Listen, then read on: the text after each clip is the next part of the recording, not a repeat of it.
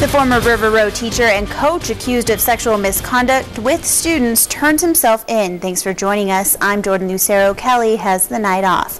Potter County Sheriff Brian Thomas tells us 32-year-old John David Bryan plans to turn himself in tonight. He does plan to post bond. A warrant was issued for Bryan yesterday after he was charged with 6 counts of having an inappropriate relationship with a student. River Road ISD and the Potter County Sheriff's Department launched an investigation after the allegations were made. Bryan was put on leave from the school district at that point. We're told he is no longer employed with them. It's been 3 days since the Best Sign Systems building in South Amarillo was destroyed by a fire, and it'll probably be several more before we have any answers. But now local investigators are getting some big help from some federal agents.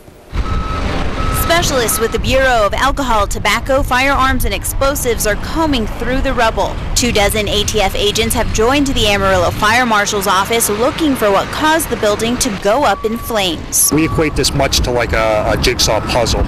We don't know what the picture looks like, and we're putting each little piece together. And so once we have the complete picture, then we'll complete this part of the investigation. 3 stories worth of industrial equipment collapsed on itself. The effort to dig through it needed special equipment and careful hands. We have limited resources here to process fire investigation of this magnitude. The scene here and the complexity of having a structure that of this size with this amount of debris, the ATF has some resources available. This is what this team does every day. The ATF says that a fire like this normally takes about 4 to 5 days to go through. They say this scene looks normal, but every case is different, so it could take even longer to get some answers. Officials now estimate the Best Sign Systems fire caused about $1 million in damage.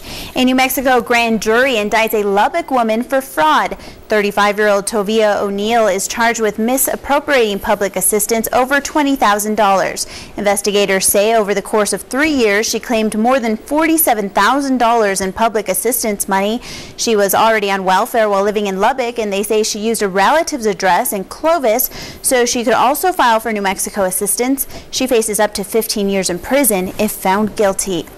Amarillo police released surveillance video from a bank robbery last weekend. They're hoping someone will recognize this man who robbed the Wood Forest National Bank inside Walmart on I-40 and Grand on Saturday. Police say the suspect gave tellers a note and demanded money. Witnesses say he may have a weapon. They say he was carrying something inside his shirt. He ran off with some cash. If you know anything, call Crime Stoppers at 374-4400.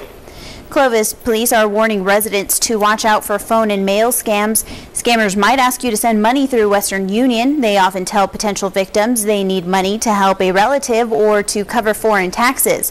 Police have also had reports of someone calling saying they're from the U.S. Embassy and that they're trying to help out your grandchild. But Clovis again says that all of these are scams and any money you send, you won't get back. An Amarillo nonprofit is being asked to repay more than $1 million of misspent money. It's an update to a story we brought you yesterday. A study done by the Texas Department of Housing and Community Affairs found more than $1 million in disallowed and questionable spending by Panhandle Community Services. They're ordering the group to pay that money back. The TDHCA conducted a 2-week investigation. They found more than $700,000 in disallowed spending and another $348,000 in questionable spending. Panhandle Community Services has 30 days to respond to that report.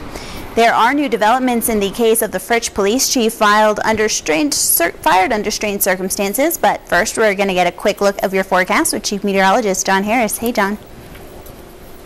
Hi there, Jordan. We continue with a beautiful night underway. Of course, it was kind of breezy and cool earlier today as a front moved to the south of us. Now we get to kick back and enjoy nice weather for the weekend, but maybe thunderstorms by Sunday now. Currently outside, 61 degrees locally, 64 at Childress, a little bit cooler up at Clayton at 60 degrees. Tomorrow's going to be a perfect day to be planting trees, but again, on Sunday, some of us might get lucky and see a thunderstorm. We'll check out your weekend forecast in a few minutes. Let's send it back over to Jordan. All right, thank you, John. Fritch's ousted police chief has gone back to work for the Hutchinson County Sheriff's Office. It's a follow-up to a story we brought you last week. Kirk Coker was let go by the Fritch Police Department just 8 months after taking the job. Now he's been hired back on as a deputy in Hutchinson County. The city of Fritch has refused to discuss details about why Coker was dismissed, but we do know there has been a public outcry from some residents who say he was fired unfairly. Coker was named Man of the Year by the Fritch Chamber of Commerce just 2 weeks before his dismissal. One person is dead after an accident in Wheeler County. It happened on Highway 152 just after 8 yesterday morning. 31-year-old Billy Carpenter died at the scene. Police say her Chevy Cruze swerved in front of another car, then hit it head on. The other driver was taken to Northwest Texas Hospital and is still in critical condition.